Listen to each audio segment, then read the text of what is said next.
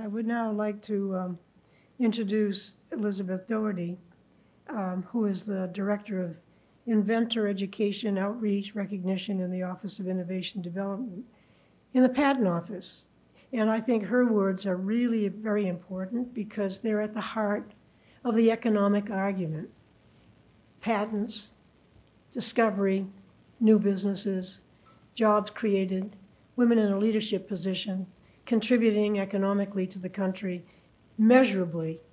So I think, Elizabeth, we're looking forward to hearing what you have to say about how to enhance patent by women, to enhance the patent process, and perhaps tell us how the Patent Office may be working to ensure more women contribution. So I turn it over to you.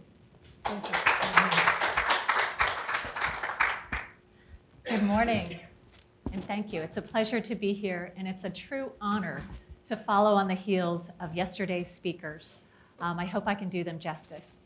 As my slides are loaded, let me tell you a little bit about myself, because as I learned yesterday, we do all love a good backstory. So a lot of people ask, how did you come to be in patent law? How did you come to be at the US Patent and Trademark Office? Very honestly, I fell into it. I went to college in Washington, D.C., arriving there from Dallas, Texas, and I was that infamous undecided major. Sure, in high school, I liked math and science and was relatively good at it, but who knew at that point in time what kind of a career I wanted to have? So I took those couple of requisite science classes that are required of all majors, and I found out that I really liked physics. Now, a lot of people questioned this decision. In fact, even people I didn't know questioned this decision. I was bartending one summer when I was in undergraduate, and I had a gentleman come in and sit down at the bar. Finding out I was in college, he asked invariably the infamous question, "So what's your major?" And I looked at him and I said, "Oh, physics." And he looked at me, back at me kind of quizzically, and then it was like the light bulb went off, and he said, "Oh, that's fantastic. You're going to be a PE teacher?" I really didn't know how to respond. So I took a moment and I took a deep breath and I said, "Oh no, that's physical education. I'm doing physics. Einstein, gravity, atoms, laws of nature." And he just kind of looked back at me and then ordered another beer. And that was the end of our conversation.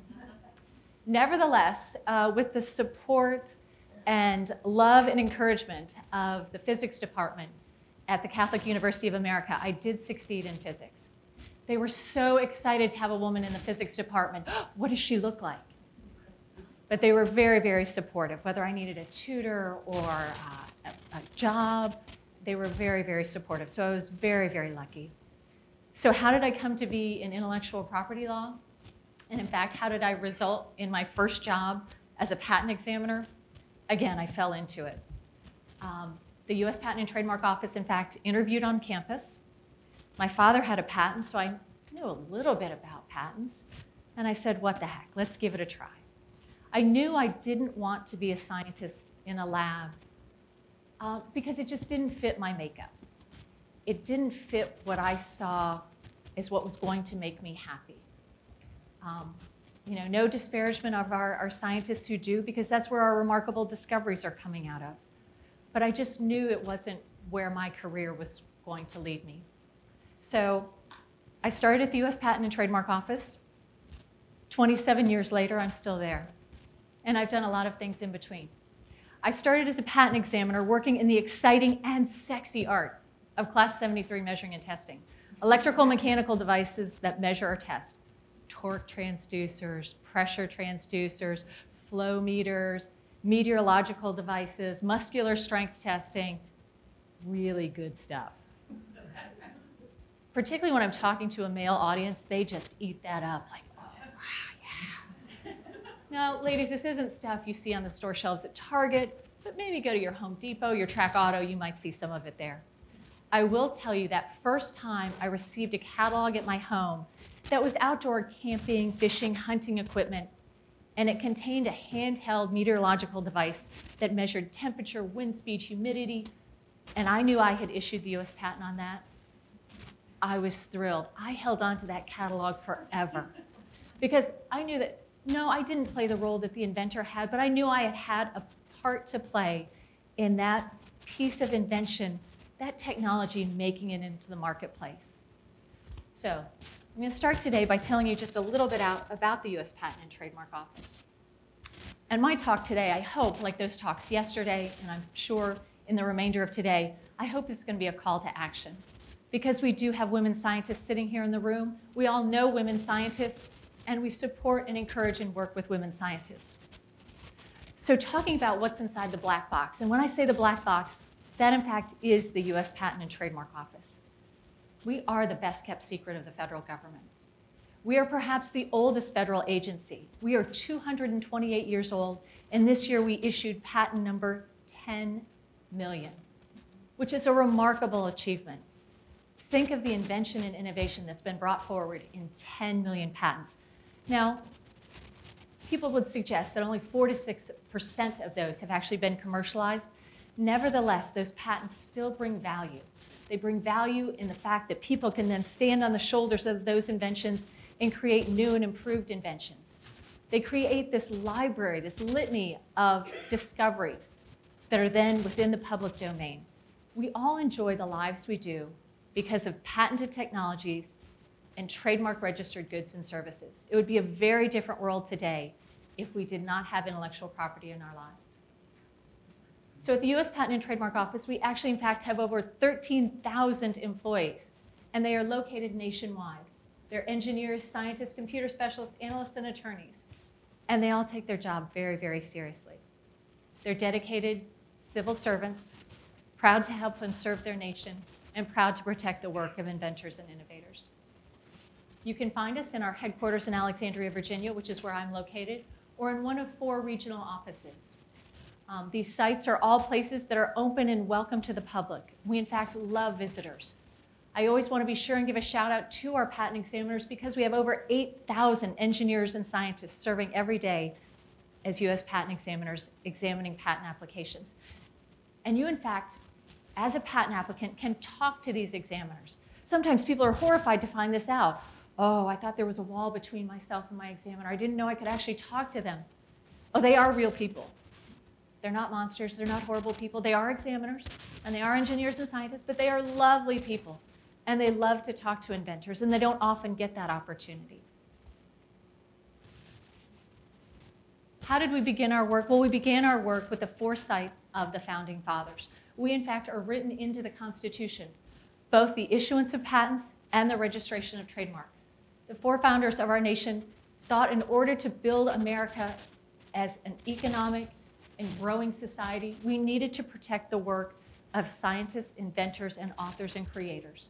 And thank goodness they did. Again, 228 years later, look at what we've been able to accomplish. This is really a slide that I'm sure is just preaching to the choir. This room is a room full of people that do in fact know what patents are and trademarks are, but we're going to use this as our jumping off point to talk about women in patenting. Patents are a limited duration property right given by the federal government in exchange for public disclosure of the invention. Our system is a quid pro quo system. By you disclosing your invention to the public so that we can all benefit from it, we will give you this limited right. Currently, that limited right for utility and plant patents is a 20-year right. Design patents, it's a 15-year right. Trademarks provide the indicator of goods and services, the source of those goods and services. Trademarks are your very unique form of intellectual property because they can exist forever. As long as that mark continues to be used in commerce and you renew it every 10 years, it can continue forever. So oftentimes for a lot of companies, their most important piece of intellectual property is their trademark. I was having a conversation with someone last evening at the lovely reception, and they provided me with their card, and we're talking about their startup. And I said, have you trademarked the name of your company? Is that something I should do? Well, of course it is. Don't you want people to know the source of this remarkable invention and innovation that's coming into the marketplace? Don't you want people to know that you are the ones that they should go back to time and time again for incredible invention and innovation? But it was not a surprising comment, because for so many people that we interact with, whether they're a startup, an independent inventor working alone, a garage inventor, oftentimes intellectual property protection is that rainy day thought. It's that thought of, oh, I'll get to it when I have more time. I'll get to it when I have more money. By delaying protecting your intellectual property, oftentimes inventors and innovators, in fact, preclude themselves from protecting their invention or innovation. If one waits too long in certain instances, that may preclude you from ever protecting that intellectual property. So what is the benefit of patents? Again, I know I'm speaking to the choir. There's numerous reasons to get patents.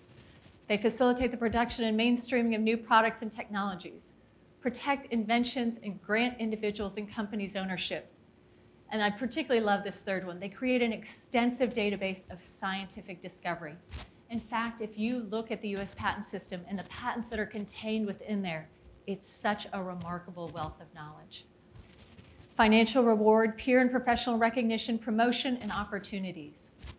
So this is a great way to weave ourselves into the conversation about talking about women in patents. So the gender gap in patenting is something that's been talked about by a large number of individuals. And in fact, I was excited to see in our booklet that was provided for this meeting that it appears that in September you had a briefing that contained some materials from the Institute for Women's Policy Research. That's one organization that has been particularly active in the conversation on women in patenting. And I recommend that you take a look at their website. They, in fact, just had another recent report come out on intellectual property and entrepreneurship. I would also call out our office of our chief economist, who's just also come out with a report. And it's actually not publicly available just yet, so I'm giving you a little preview. And I love their title, very honestly, Progress and Potential. Because this may sound like a bad news story, but there is progress being made, and it's the potential that we need to seize on today, again, to move that needle forward. So today in our conversation, what I'd like to do is start by talking about some of the commonly thought reasons as to why women don't patent, because I'd love to get your feedback and your insight as to whether those are in fact true and accurate. Then in the middle of my presentation, I have some lovely graphs and slides that provide data, because again, we're a room full of scientists. We love data and information and a good graph. That's something that wakes us up in the morning. And then at the end, I want to conclude with two different things, one of which is, again, that call to action. Because again, I'd love to get your feedback and input as to whether these are things, in fact, that will move the needle forward. These are things that have been described and discussed in a number of publications as to things that may encourage women to seek patents. And then we're going to end on a high note, because I do want to tell you a few inventor stories of remarkable women who are seeking patents, obtaining patents, and just to let you know that, again, this isn't an entirely bad news story. So as we jump into that, I also want to tell you that I've brought you something today. Who doesn't like a party favor? So at the US Patent and Trademark Office, we have an Inventor trading card series. They're like baseball cards, but better. They're inventors. So currently we have approximately 25 Inventor cards.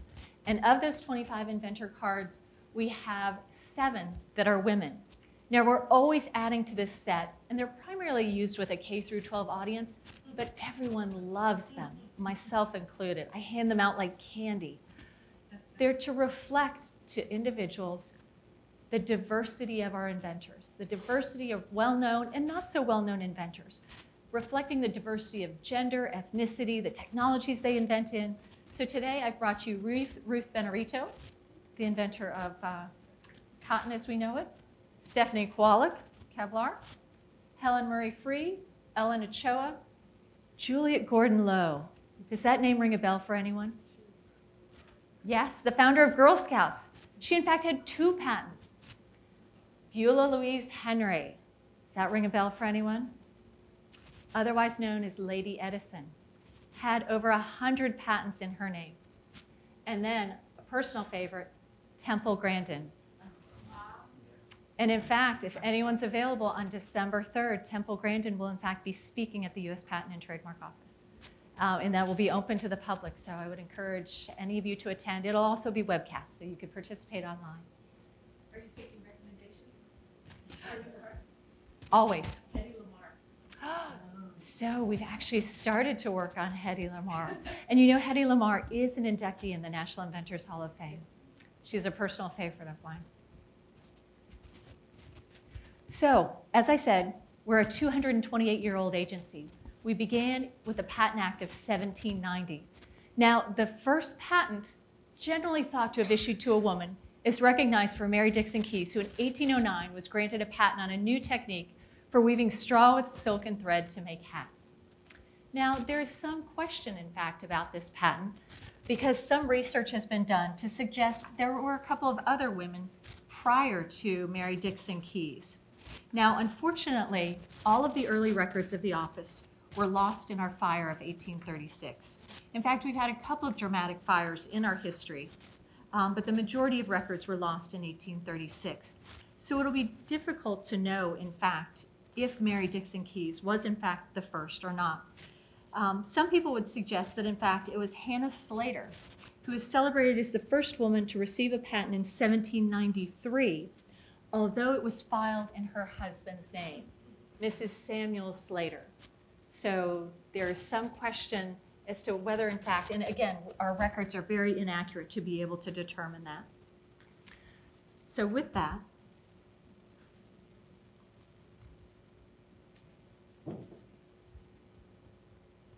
so while it took from 1790 to 1809, arguably for perhaps the first woman to receive a patent, that granting of patents to women has not accelerated to any great extent over time. Women's innovation potential, we would suggest, is being underutilized and under-recognized. I love this particular last statement here. And in fact, I think we should be horrified by that. Think of what the world could look like today if we had 4 times as many inventors. What inventions are being left on the kitchen table, in the garage, or in the minds of individuals, of people who think perhaps the interest in their innovation is just not there.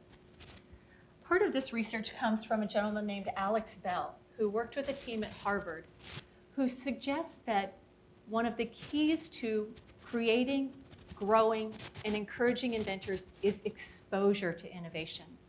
I definitely commend his study to you.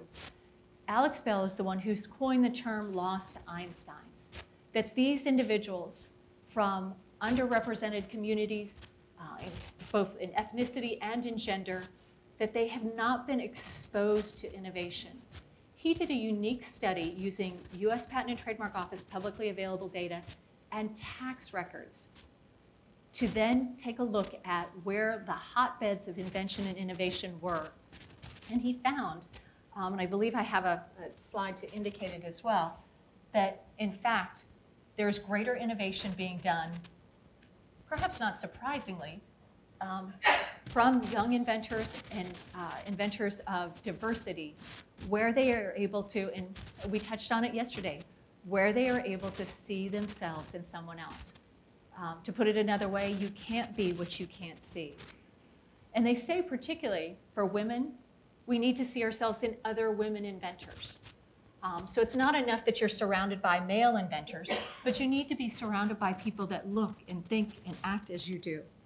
So how do we access, encourage, and incentivize these lost Einsteins? It's really the question. Is it through special programs, rules, laws, or very basically a culture change? So I promised you some pretty graphs and charts. The first one, while pretty, is shocking. So as you can see from this chart, if we were to go from where we are today, it's going to take us until 2092 for women to achieve parity with men in receiving the same number of patents. Now I suspect, unless there's some incredible feat of science, none of us will be here to see that day. I'd like to see that happen in my lifetime. So I'd like to accelerate this timeline, and we need to find the way to do it. 2092. We've acknowledged that women are 51%, if not more, of the population. So why is this the case?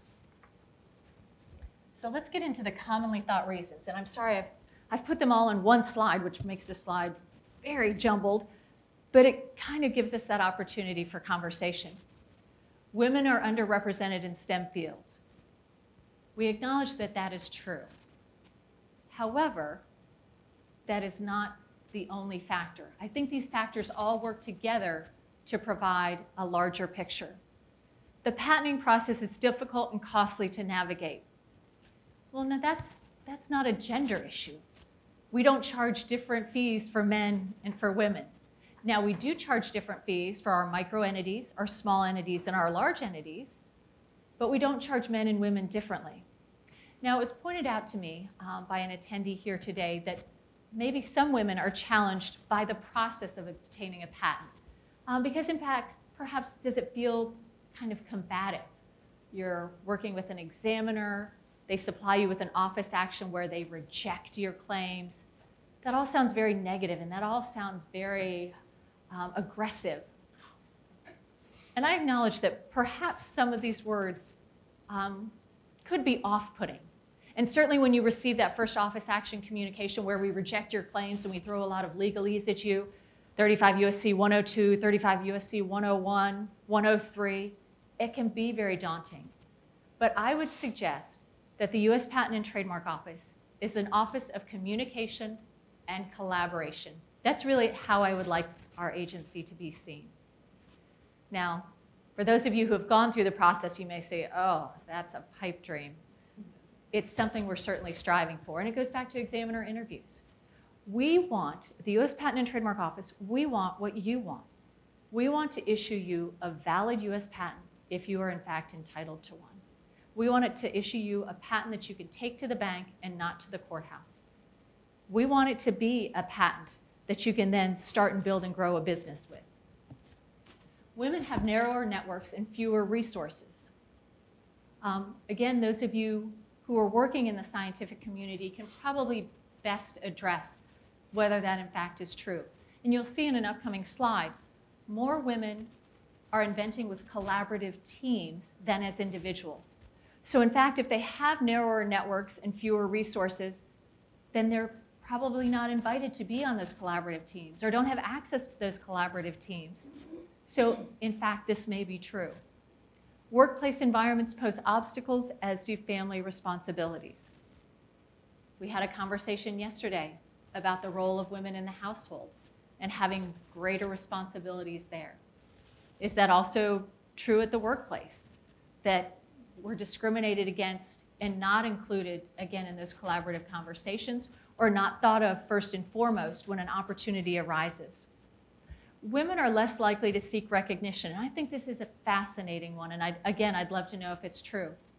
I've been told that women oftentimes don't seek a patent because for them, the success is knowing they've created that invention, and they're helping people with it. I've created a new drug, a new diagnostic, a new tool, and I'm going to help people with it. If I start seeking to patent it, that's just going to slow me down getting it out there to help more people. The patent, that's just some kind of paperwork. It's expensive, it's time consuming. I just really want to help people. Curious to know if that's true. Concentration of women in fields and job tasks which are less patent intensive. Now that's entirely possible. Now, I would say though, that women have invented in very traditional fields. Now we're seeing those fields expanded, but there's nothing wrong with inventing in traditional fields. We certainly would like to encourage that we broaden our horizons and invent more in engineering and in computer science. But there's nothing wrong with being someone like Nancy Tedeschi, who invented the snap-it screw. Maybe some of you have used this. Fantastic invention. The snap-it screw allows you to fix your glasses. So how many of us have ever tried to fix our glasses with those little minuscule screws? You can't hold on to them, you're forever dropping them. Well, she cleverly came up with the idea of a much longer screw. You screw it in to fix your glasses, and you snap off the extra part. She's now taken that into furniture and other environments, signed a 7-figure licensing deal. Same with Jennifer Briggs. Jennifer Briggs is a lovely, lovely woman that I have had the opportunity to meet personally. Jennifer Briggs, mother of 5 young women. They all look just like Mom, Jennifer. They all have waist-length hair. So what's a huge problem in the Briggs household? Hair in the drain. You know, it's kind of disgusting to talk about, but it's a real-world problem. She invented the Drain Wig that has, again, a 7-figure licensing deal and was put in the Oscar swag bags. How about that? So is she in a traditional field? Yeah, she's inventing something for the household, but she's inventing something that, in fact, changes our lives. You're no longer digging hair out of the drain. That's a good thing in my world. So the interesting thing in doing this research and having this conversation is there is some complexity in doing it. The US Patent and Trademark Office does not record gender data. We don't record data on ethnicity. And we only know an inventor's age if they file a petition to make special based on age. One has to be 65 or older to file a petition to make special, to have your application accelerated in processing because you are senior in age. Now, there's been a dialogue on and off over the years of should we collect this data? And it's interesting because there's people on both sides of the conversation. There are people that say, no, don't collect that data because if I have to put on there a woman, I'm going to be treated differently. Or if I have to put that I'm Hispanic, I will be treated differently. But then there's also people who say, well, why not collect that data? Because wouldn't it be useful to know how many Hispanic inventors we have? Because if we find out that it's a small percentage of our population, we could do more targeted education and outreach to encourage that underrepresented population to participate. So at this point in time, again, we still do not collect that data. Now, the president signed on Wednesday of this week the Success Act. I should know what that acronym stands for, but leave it to say the Success Act is requiring the US Patent and Trademark Office using publicly available data to learn more about its applicants. So we're working to determine how, in fact, we're going to do that. The idea being that we do help to rise the boats, to rise the tide, to help underrepresented and minority applicants. So it'll be curious to see where we go with the Success Act. So maybe that'll be my next conversation with you here at the Rosalind Franklin Society. So most research relies predominantly on commercial name matching software, meaning that when we try and determine how many women are patenting, we're using software that says, well, Jane is a traditionally female name. Martha is a traditionally female name. Where the complexities roll in, as you can imagine, it's in those names that are a crossover. Francis, man or a woman. Lee, man or a woman.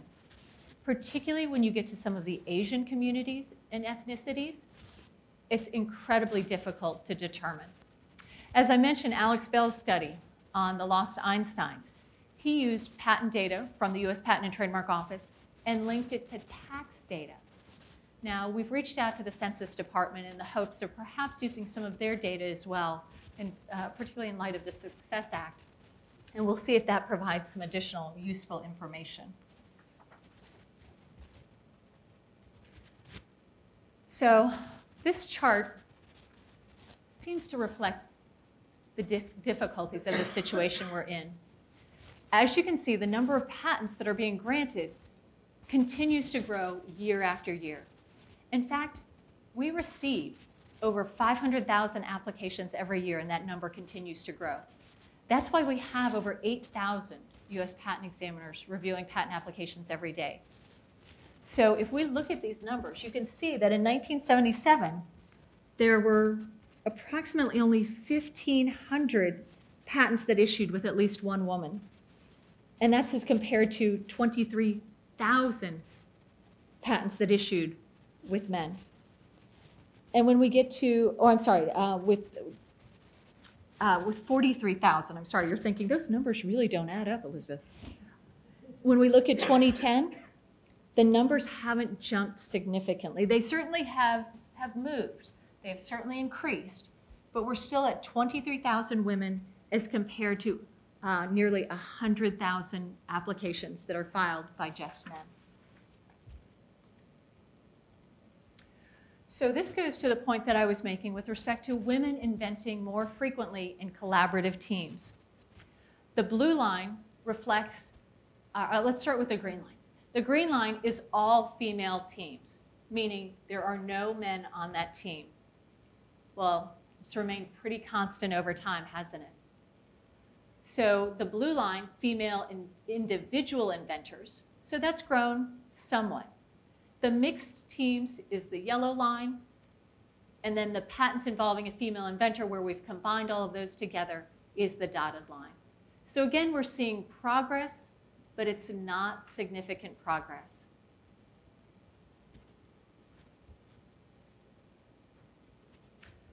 So going back to that commonly thought reason as to why women aren't patenting, and that being that there are women represented less in STEM fields, you can see that while there's truth to that statement, women are heavily involved in STEM fields, but that's not translating to women being inventors.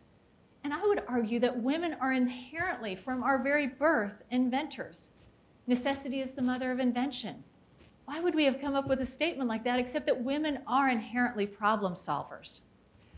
So you can see that we're involved in large numbers in the biological and life sciences, less so in computer and math science, even less, but growing in physical science, all STEM occupations, and then of course engineering is our lowest.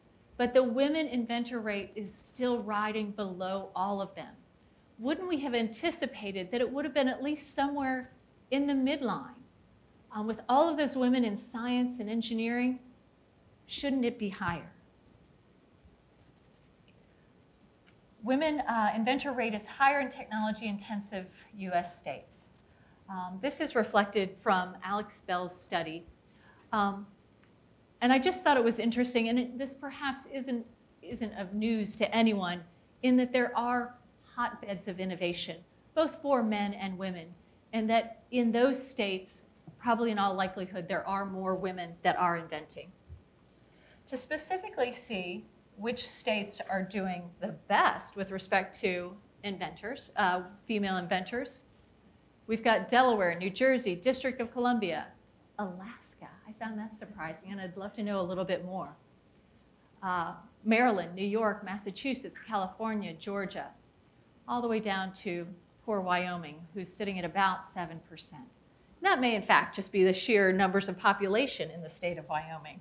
But I thought you might find this interesting. It probably comes as no surprise to anyone in this room, because of the number of women that are inventing in the life sciences area, that's where we are, women are more predominantly represented. We continue to specialize in those technology fields and follow on the heels of our predecessors.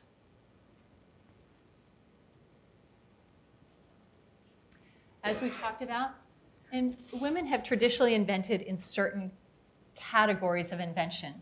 And using actually the US patent class as our classification system, you can see where that falls out. We invent, again, primarily in the life sciences area, chemistry, organic compounds, drugs, food or edible materials, and then, of course, in personal hygiene, travel, things for the home, apparel and haberdashery. How many of you recognize the name of Lori Grenier? Anyone here a fan of Shark Tank? Lori is one of our favorite sharks because she, in fact, has over 100 patents in her own name. She is a prolific inventor, and her inventions are primarily in the travel goods and personal belongings area. You notice she's always the shark that asks about their intellectual property protection because she wants to ensure that they've done their homework before they've come and publicly disclosed on national TV what their invention is. To see it reflected in actually the companies that women are more predominantly inventing in, I thought this was interesting. On our left, we have those companies where women are inventing to the greatest number. And then on our right, we have those women, companies where they are inventing the least. Percentage and count. To actually take this to another level, to take it outside of the US and to look at it from a more global perspective, you can see where the proportion of female inventors by the top 50 inventor countries. Those being, doesn't reflect very well here on the screen, does it? But those that are of the darker green, there's a more prolific number of women inventors in those countries. Looking again at the inventor types, the sole inventor, the female teams, the male teams, the diverse teams. This is, again, reflected on a global scale where we have come. And you can see that there has been some modifications, there's been some growth, but again, the primary growth has been in women participating in mixed teams, a growth from 6.16% to 22.56%. The all-female team is still incredibly small, as well as the female individual, that sole female who's inventing on her own. But there is progress. So let's take a look at some thoughts on increasing women's patenting. And this is, again, where I'd love to get your feedback and your thoughts. And again, this comes from a variety of different sources, a variety of different commentators who have studied the issue of the gender gap in patenting. If we were to develop systems and data tools to better track women's progress in patenting, now, does that mean we do need to collect gender data on our patent applications? Maybe. Employers can offer women assistance with patenting costs. And that is true at a number of companies. There are a number of companies that do incentivize all employees to invent, whether they're men or women, by providing incentives to invent or financial reward for inventing. Encourage women's cultivation of industry contacts and higher powered networks. Is it through things like the Rosalind Franklin Society? Is it through organizational opportunities in our academic institutions, in our corporations? Mentoring, I think mentoring is key. It goes back to that, you can't be what you can't see. Find that mentor, find that individual that you admire. Find someone who in fact has gone through the patent process. Let them be your guide. There's no reason to reinvent the wheel. Support efforts to improve gender diversity in STEM. I think we all do that in our own ways, but can we do it in a more dramatic way? How can we do that better? How can we do that to have a greater foothold? Exposure to innovation during childhood, a critical factor. Again, exposing people to invention and innovation and encouraging that and supporting that. The U.S. Patent and Trademark Office is very proud to collaborate with the National Inventors Hall of Fame to offer Camp Invention in cities across the nation, working with teachers so that they bring STEM into their classrooms, but also working with children to help them see themselves as inventors and innovators. Change the culture. I thought I'd end with the big one last. That's the challenge. Can we, in fact, change the culture so that women see themselves as inventors, see themselves as part of the innovation ecosystem, and a critical part of that innovation ecosystem? And the real issue here is that if we don't correct this, not only will it be 2092 before we reach parity, but it could in fact be detrimental to innovation itself. It could be detrimental to our lives. Think of the inventions and innovations, again, that are being left on the kitchen table, left in the garage. Think of the things that are not being brought forward. Diversity of invention is better for us all. Diverse teams bring different ideas to the table. Who better to invent for women than women? Who best know the needs of women than women? That doesn't mean women just have to invent for women, but certainly if we're not recognizing a diversity of inventors, there are problems and challenges that are not being addressed. So let's just very quickly, because I don't want to overrun my time, talk about some of our success stories. So a slide I removed out of here was the historic faces of invention, which, as you might suspect and realize, was a slide of all men. But I didn't want to disparage the men, because we have incredible historic figures in innovation. Abraham Lincoln is one of my favorite, the only US president to have a patent. I have a huge Abraham Lincoln crush, I have to admit. But I thought today we'd just focus on some of our fantastic women inventors. Jessica Matthews, the CEO and founder of Uncharted Power. She was actually recognized by President Obama for the work that her team is doing. She's located in the Bronx of New York, and she and her team are developing systems to generate and store power to be used in developing nations. She has invented something called the socket ball, and had I not been traveling on the train, I would have brought my socket ball.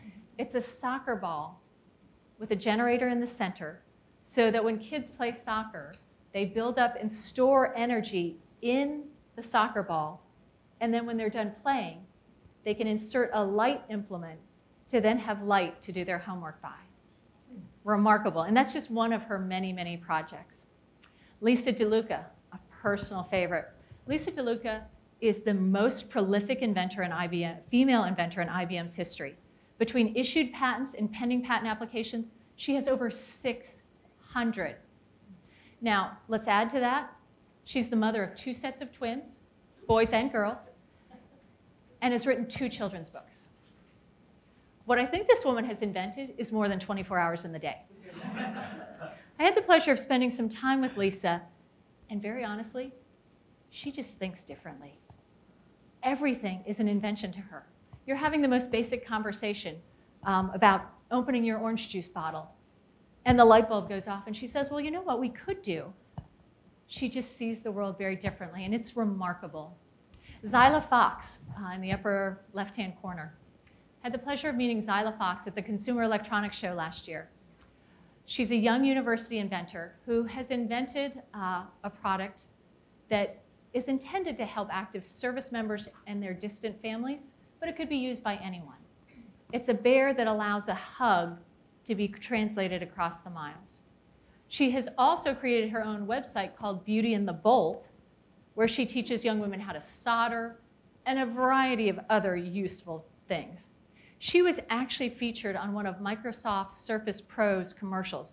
Those commercials where you see somebody sitting in the middle of an empty room and there's a big screen behind them and they're working away. Zoila Fox featured. I told you about Jennifer Briggs and the Drain Wig. This is Diana Youssef and Elie Hassad, who have invented, not to be rude, shrink wrap for crap. They have invented a method of safe sanitation for developing nations, recognizing in part the challenge and safety needed for women in these developing countries and having safe and comfortable sanitation facilities. They are out of Clean Water Labs. Ellie Finney. Ellie Finney has discovered a way to use pig manure to make asphalt. Handy, very handy. Sumita Mitra, a 2017 inductee to the National Inventors Hall of Fame. Sumita works with 3M Corporation and has invented nanocomposites for dental compositions. And last but not least, one of my personal favorites, Marissa Strang. Marissa Strang, as a middle school student, participated in an invention convention in South Florida. She invented the Puff and Fluff dog dryer. She's been featured on the Jimmy Fallon show. She sells her product on the internet and in stores in South Florida. The Puff and Fluff system is patented. She has a federally registered trademark, and she has a copyright on her website. Her invention, very basically, is a blanket that one folds out. You put the dog's legs or the pet's legs through the holes in the blanket. You wrap the blanket around the animal. You Velcro the back. There's a drawstring at the neck. There's a hosel to attach the hairdryer. You can then dry your dog after giving them a bath. Remarkable young inventor, and paying it forward. We recently had a National Summer Teachers Institute a National Science Teachers Institute in South Florida, and Marissa came and spoke to the teachers participating there in that program. And that program, in fact, is being highlighted in the administration's 5-year STEM education plan, which is rolling out in the beginning of December of this year. So we're very, very fortunate to have that program as part of the work that we do. With that, I'm just going to let you know that there are some appendix slides that we're not going to cover today. I've provided some of the resource materials that I've used for this presentation, and then there's just some additional basic slides that may be of interest to you. I want to thank you for your time and attention, and again, I look forward to all of us working together to move the needle on women in patenting.